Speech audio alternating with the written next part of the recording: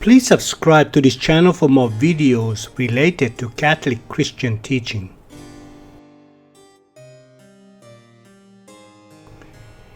In the sacrifice of the Mass, Christ's sacrifice on the cross is made sacramentally present. Its memory is celebrated and its saving power is applied.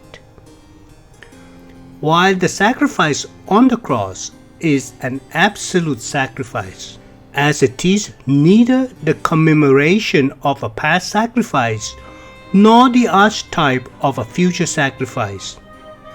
The sacrifice of the Mass is a relative sacrifice, as it is essentially linked to the sacrifice on the cross. Sententia certa refers to teachings without final approval, but clearly deduced from revelation. They are church teachings that the magisterium clearly decided for, albeit without claiming infallibility. These are below the Sententia Fidei Proxima level. The Council of Trent teaches Christ left a visible sacrifice to his church, by which that bloody sacrifice that he was once and for all to accomplish on the cross would be represented, its memory perpetuated until the end of the world, and its salutary power applied for the forgiveness of the sins that we daily commit. On the ground of this explanation, the relation of the sacrifice of the Mass to the sacrifice of the cross may be more closely defined as a making present, a memorial, and an application. The sacrifice of the Mass is the sacramental representation of the sacrifice of the cross, insofar as the sacrificial body and the sacrificial blood of Christ are made present under separate species, thus symbolically representing the real separation of the body and blood of Christ on the cross. Again, the sacrifice of the Mass is a memorial of the sacrifice of the cross, which continues until the end of time, as the anamnesis following the consecration specially indicates. But it is not a mere commemorative celebration. It is also a true and proper sacrifice.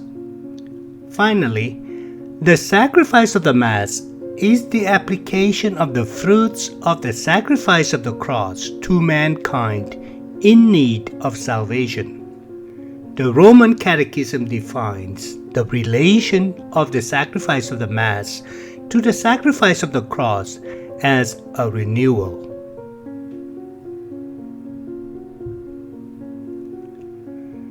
The Roman Catechism, or Catechism of the Council of Trent, is a compendium of Catholic doctrine commissioned during the Counter-Reformation by the Council of Trent to expound doctrine and to improve the theological understanding of the clergy.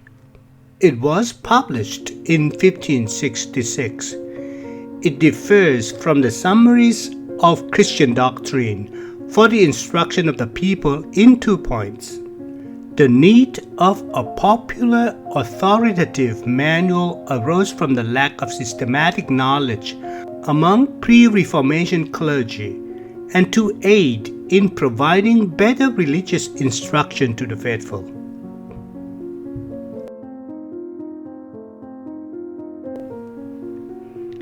It follows from the relative nature of the sacrifice of the Mass that it in no way detracts from the sacrifice of the cross. The sacrifice of the Mass draws its whole power from the sacrifice of the cross, whose fruits it applies to individual men.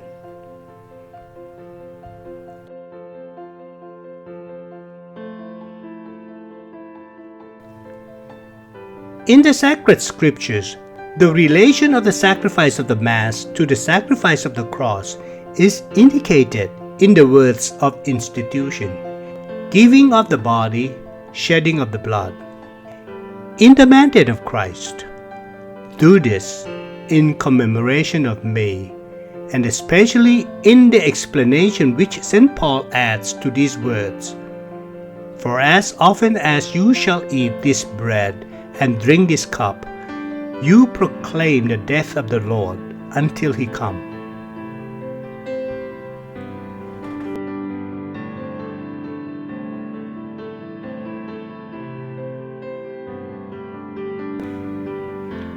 Among the Fathers, St. Justin mentions the commemoration of the Passion of the Lord in connection with the celebration of the Eucharist.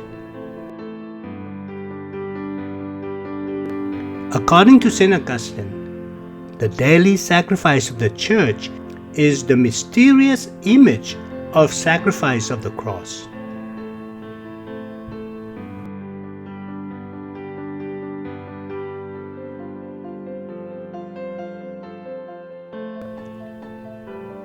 In the sacrifice of the Mass and in the sacrifice of the cross, the sacrificial victim and the primary sacrificing priest are identical. Only the nature and the mode of the offering are different.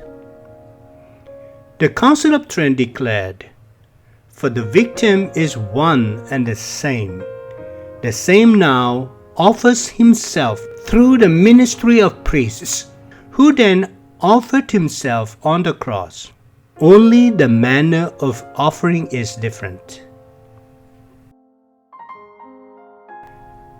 The sacrificial gift is the body and blood of Christ, and by concomitance, the whole God-man, Jesus Christ. The sacramental species confer a sensible presence on the sacrificial gift, but do not themselves belong to the sacrificial gift. The primary sacrificing priest is Jesus Christ, who utilizes the human priest as his servant and representative and fulfills the consecration through him. According to the Thomistic view, in every Mass, Christ also performs an actual, immediate sacrificial activity, which, however, must not be conceived as a totality of many successive acts, but as one single uninterrupted sacrificial act of the transfigured Christ. The purpose of the sacrifice is the same in the sacrifice of the Mass as in the sacrifice of the cross. That is, primarily the glorification of God, secondarily atonement, thanksgiving, and appeal. When the sacrificial gift and the primary sacrificing priest are numerically identical, the outward sacrificial action is numerically and specifically distinct. On the cross, the sacrificial gift was offered in a bloody manner by a real separation of the body and blood. In the Holy Mass, it is offered in an unbloody manner by a mystical separation of the body and blood.